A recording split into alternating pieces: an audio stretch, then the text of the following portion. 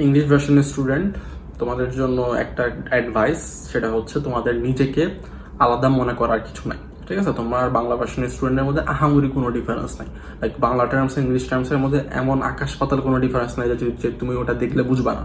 যেসব কন্টেন্ট আছে বাংলা ভার্সন স্টুডেন্টের জন্য, ওগুলো তোমরা চাইলে ইউজ করতে পারো যদি একটু ধৈর্য সহকারে ট্রান্সলেশনটা করতে পারো। ঠিক আছে, এই ফেজটার মধ্যে দিয়ে আমিও গেছি, অ্যান্ড ম্যাক্সিমাম ইংলিশ ভার্সনের স্টুডেন্ট যারা পাবলিক ইউনিভার্সিটি এক্সামগুলোতে ভালো করছে তারাও এই প্রসেসটা দিয়ে গেছে। ঠিক আছে, তো তোমার জন্য প্ল্যাটফর্ম নাই, হ্যাঁ এটা একটা আফসোসের বিষয়, বাট এই জিনিসটা মানে প্ল্যাটফর্ম করা হচ্ছে না কারণ তোমরা সংখ্যায় কম।